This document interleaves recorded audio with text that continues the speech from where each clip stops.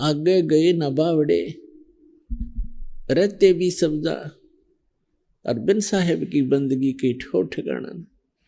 आप चाहे कोई कितना सुखी महसूस करता है संसार की दृष्टि में, वैसे वो इंटरनली कोई सुखी नहीं है अंदर से, चाहे प्रधानमंत्री है और चाहे मुख्यमंत्री है, चाहे पूरा पृथ्वी का भी शासक क्यों ना हो, और छोटो मोटो की बात तो आप छड़ ही दो, कोई भी सुखी नहीं है। और सब ने आप यहाँ से वो सुख मान रहे हैं, वो तो अपने उनका बालक सोच से।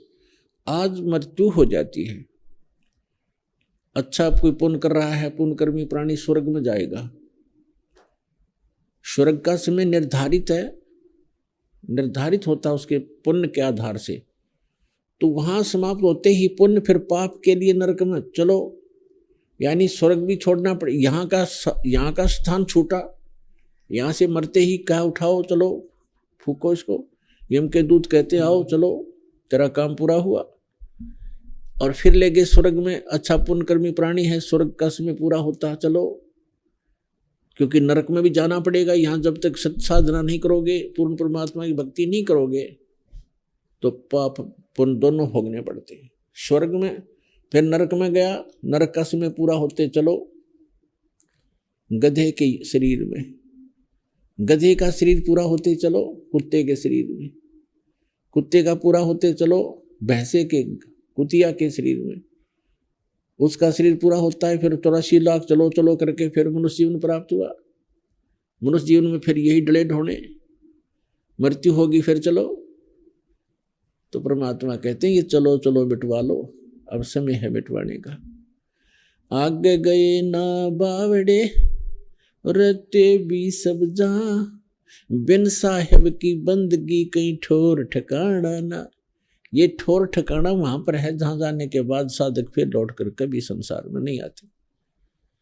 और वहां जाने का इतना आसान तरीका, इतना आसान साधन, जैसे एक रोटी बनाने के लिए भोजन रसोई में बनाती हैं बहनें,